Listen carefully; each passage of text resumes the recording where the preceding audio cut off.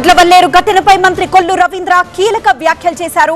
గుట్లవల్లేరు ఘటనను ప్రభుత్వం సీరియస్ గా తీసుకుందని, పూర్తి స్థాయిలో విచారణ జరుపుతామంటున్నారు మంత్రి కొల్లు రవీంద్ర.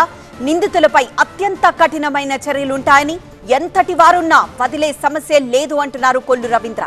అవసరమైతే కాలేజీ యాజమాన్యం మీద కూడా చర్యలుంటాయంటున్నారు ఆయన.